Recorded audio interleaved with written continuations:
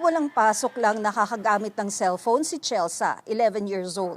Mas gusto kasi ng nanay niyang nakafocus siya sa pag-aaral at nakikisalamuha sa mga kaedad niya. Para po lagi na lang po focus sa pag-aaral. Parang nakakasama po sa ating health.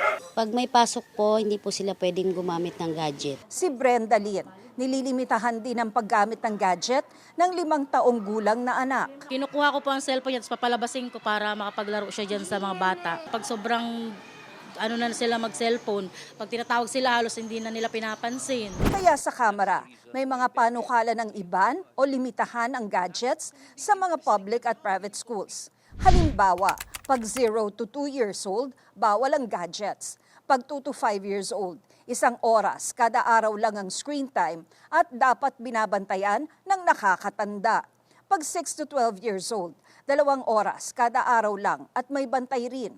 Habang pag 13 years old pataas, wala nang limit, pero hindi to sawa, lalo na paggabi. Pero ngayon pa lang, may mga limitasyon na ang DepEd.